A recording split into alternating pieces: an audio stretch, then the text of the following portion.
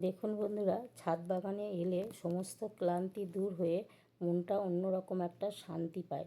তা দেখুন, এই প্রচণ্ড গরমে কিছু কিছু বিষয় একটু মনটা খারাপ করে দিচ্ছে। যেমন আমার তার মধ্যে এই লঙ্কার গাছ অন্যতম। দেখুন, প্রত্যেক গাছেই কিন্তু সমানভাবেই জল দিচ্ছি, কিন্তু লঙ্কা গাছে সকালে দিলে বিকালে শুকিয়ে যাচ্ছে, বিকালে দিলে সকালে শুকিয়ে যাচ্ছে। তার জন্যে এই লঙ্কা গাছের জন্য একটু বেশি পরিশ্রম করতে হচ্ছে। সকাল বিকাল দুবেলাই জল দিতে হচ্ছে, মন খারাপ করলে হবে না, যেহেতু আমি লাগিয়েছি।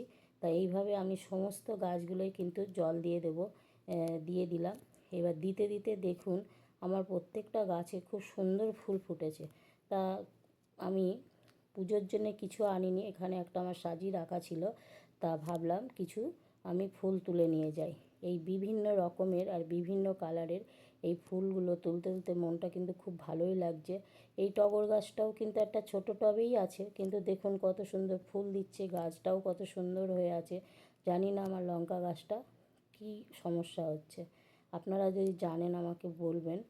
আর দেখুন, এই করতে করতে আমি কিন্তু অনেক রকমের অনেকগুলো ফুল তুলে নিলাম, যেগুলো দিয়ে আমি ঠাকুরকে পুজো দিতে পারবো।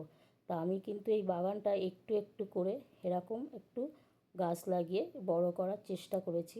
আপনারা যারা গাছ ভালোবাসেন তারাও কিন্তু করলে এরকমই আনন্দ পাবেন। দেখুন কত রকমের ফুল পেলাম। আবার দেখা হবে আগামী